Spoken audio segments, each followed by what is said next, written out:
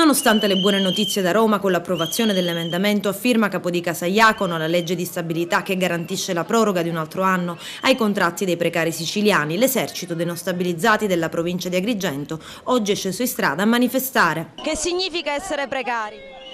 Significa essere frustrati, delusi e amareggiati. Non so se mi spiego. Speriamo che mettano i soldi in bilancio. I soldi ci vogliono, se ci sono i soldi la volontà c'è di tutti i sindaci. Ogni anno ci fanno prendere uno spavento, ci fanno arrivare la pressione a 200 e siamo qua. Io guido lo scuolabus a Ribera e sono l'unico precario che guida lo scuolabus. Oggi lo scuolabus è fermo e i bambini sono a piedi. Questo significa essere precari. Significa avere sempre un dolore nel cuore. Ogni fine di anno. Ogni fine di anno. Proprio quando si avvicina Natale siamo stanchi, siamo 23 anni di lotte. Non si può fare una vita così, abbiamo la famiglia, abbiamo i figli grandi.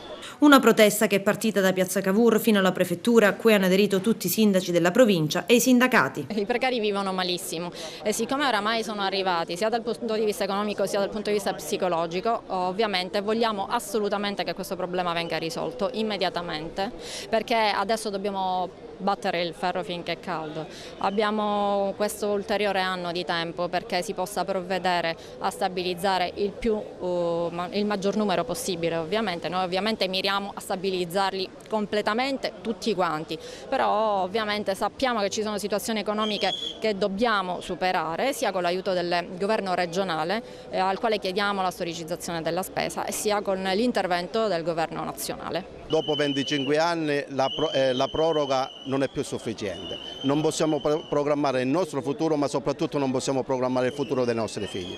Pertanto ben venga questa ulteriore proroga presentata dai deputati Iacono e Capodicasa, ma che sia propedeutica a una legge organica con queste nostre proposte che presenteremo al prefetto di Agrigento.